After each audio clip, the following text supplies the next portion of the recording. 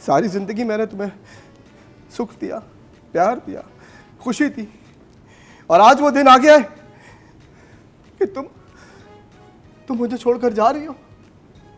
मैंने ये नहीं सोचा था। मोहब्बत नहीं, परस्तिश करता हूं मैं तुम्हारी, प्यार नहीं, पूजा करता हूं मैं तुम्हारी। मैंने नहीं सोचा था कि वक्त ऐसे गुजर जाएगा और हालात ऐसे बदल जाएंगे। तुमने मुझसे प्यार नहीं किया था, तुमने सिर्फ और सिर्फ पैसे से प्यार किया था, बस। और आज उसी पैसे की वजह से तुम मुझे छोड़कर जाना चाहती हो। क्या पैसे लेकर तुम भाग रही हो? तुम भी कुछ बोलो। हाय, मैं क्या करूं? इतने लोग मरते हैं, मैं किस किस के साथ रहूं? जो पैसे देते हैं उसकी हो जाती है। अरे भाई, इज्जतदार लड़की बनना था। तुम तो सैयद नूर क्या वो कौन है जिन्होंने हीरा मंडी बनाई है? संजय लीला बंसाली की तुम what do you call actress हो गई, और वो भी हीरा मंडी की। पैसों से प्यार है मुझे, शाहिदात में जा रही है। मुझे एक वो डायलॉग याद आया, आयना फिल्म थी, नदीम बेग और इन्होंने जो ये डायलॉग बोला, हमारा पूरा कैमरा हिल गया। कि लड़की ने बोला मैं कितने लोग मरते हैं, हर मरने वाले के पास मैं चली जाऊंगी।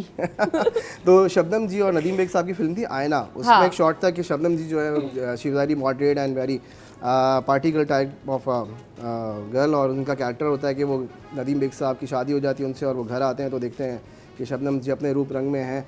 और तो नदीम बेग साहब कहते हैं कि ये घर है कोई शराब खाना नहीं, तुम मेरी बीवी हो, बीवी बन के रहो, शौहर बन के इस घर में इनकलाब लाने की कोशिश मत करो।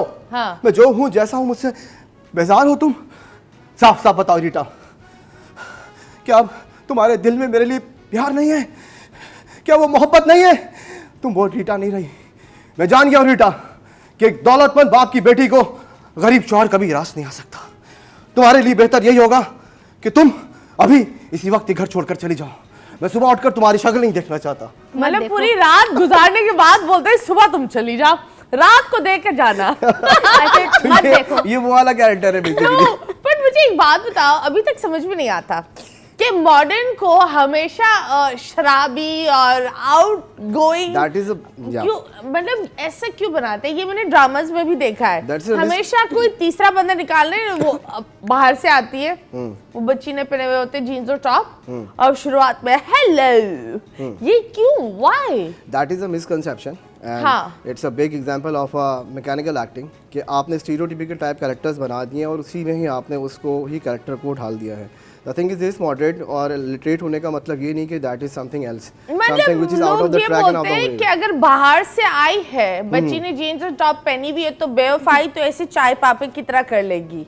इस तरह नहीं है भाई। लॉयल्टी कभी कभी जो इंसान ऊपर से नीचे ढका हुआ होता है उसके पास वो वफादार नहीं होता, और कभी कभी वफादार वो इंसान होता है जो शायद जीन्स और टॉप पहना हुआ हो, वो ज्यादा वफादार होता है। I agreed by your words, मतीरा जी। और इसमें अगर आप कॉन्क्रीट वर्ड्स में कहें तो कहते हैं कि हर चमकती चीज सोना नहीं होती। डेफिनेटली हम किसी को जज नहीं कर सकते। You cannot able to you know characterize someone कि उसका कैरेक्टर ऐसा है या वो ऐसी है।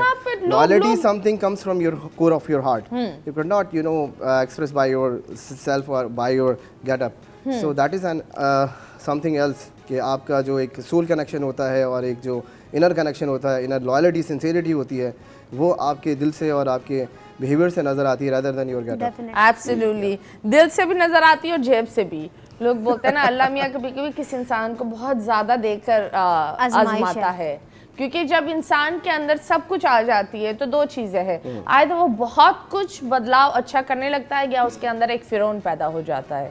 सो यस, फिरौनियत नहीं लाओ, वो एक अच्छी चीज नहीं है। गुरूर, ये सारी चीजें ये याद रखें, पैसा रुकता नहीं है, फेम रुकती नहीं है, सक्सेस रुकता नहीं है।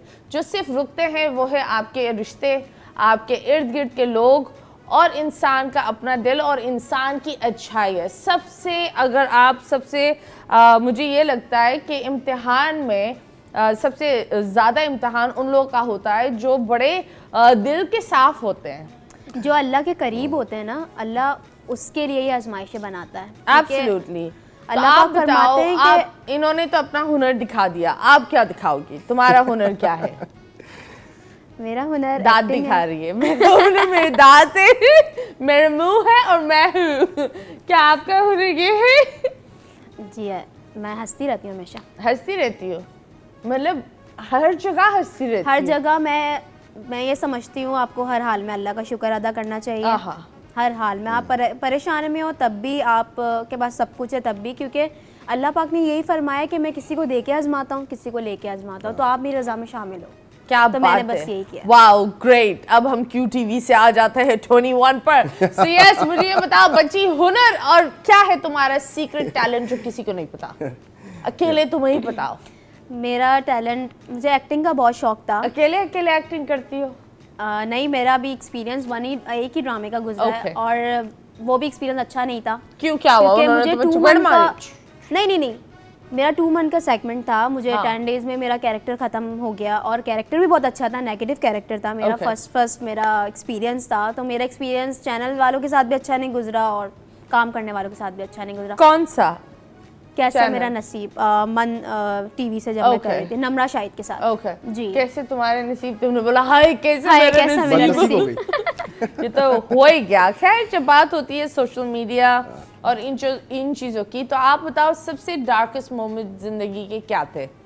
डार्केस्ट मोमेंट हाँ। In my life? नहीं, पड़ोसी की जिंदगी का भी बता सकते हो, किसी और आप इनकी जिंदगी का बता दे darkest moment. Of course you like. Bitter truth जो हमारी ज़िंदगी का है वो ये है कि जो इंसान इस दुनिया में आया है उसने एक दिन ज़रूर जाना होता है। और लास्ट ईयर ऑन 27 नवंबर मेरे फादर, जिनसे मैं बहुत प्यार करता था, वो मुझे इस दुनिया में अकेला छोड़कर चले गए। और that was so much what should I say darkest day of my life. मेरी केमिस्ट्री उनसे बहुत अच्छी थी और उनसे मैं हर बात शेयर करता था, हर चीज़ दिल की बात करता था, बहुत प्यार था हम दोनों में। और अगर आज मेरे साथ अब्बू जी होते तो मैं ये शो के बारे में ज़रूर डिस्कस करके आता और बता के आता कि मैं यहाँ पे आ रहा हूँ। ओके, तो ये And, बताएं। that is the darkest day. And before that, it's been a 5th year of my mother had been passed away, and it was 2020. Okay. Yeah, that was both of the darkest time of my life. So Okay. I could not able to forget that scenario and forget that moment of when I left my father in front of me and in the hospital. And so वो मेरी ज़िंदगी का सबसे ज़्यादा मतलब कि मैं मर भी जाऊंगा तो मैं वो चीज़ नहीं भुला सकता, ऐसी बात ओके, तो आप बताओ भाई बहन हैं आपके? है। या बिल्कुल। ओके, तो हाउ इज द भाई बहनों का रिश्ता? बहुत ही उनका प्यार है मुझसे और मैं छोटा हूँ। आई एम ऑन कभी द वो सेकंड नाराज लास्ट होते हैं कि तुम एक ऐसी ट्रक की बत्ती के पीछे जा रहे हो? लोग ये बोलते हैं Yeah, ना, exactly. इंडस्ट्री इतना पेमेंट करती नहीं है। I have seen a lot of disappointments, discouragedness. और मैं बीकॉम कर रहा था उन दिनों में और उस दौरान मैंने स्ट्रगल शुरू की क्योंकि मैं बहुत पैशनेट था एक्टिंग के लिए and I wanted to be an actor and I wanted to see myself on screen. So मैंने अपनी स्टडीज़ कंटिन्यू रखी। मैंने बीकॉम किया कराची यूनिवर्सिटी से, उसके बाद फिर मैंने BA इंग्लिश एडवांस किया, उसके बाद फिर मैंने मास्टर्स किया इंटरनेशनल रिलेशंस में। और उससे पहले मैं नापा से एक्टिंग फिल्म मेकिंग स्टडी कर चुका था 2011 में। तो मुझे आसानी हुई, कुछ एक्टिंग के डिफरेंसेस का पता था मुझे, मैथड एक्टिंग क्या है, मैकेनिकल एक्टिंग क्या है, टीवी एक्टिंग क्या है, फिल्म एक्टिंग क्या है। क्योंकि हीरो बनने की तरह में फिल्म फर्टिनिटी के लोग हमें ऐसे मेंटोर आके जो है वो गाइड करते थे, हमारे लेजेंड्स, लिविंग लेजेंड्स। तो वहाँ से मुझे सीखने का बहुत मौका मिला और मेरे लिए बहुत आसानी रही। सो प्रोडक्शन हाउस को अप्रोच करना, ऑडिशंस में पार्टिसिपेट करना और उसके बाद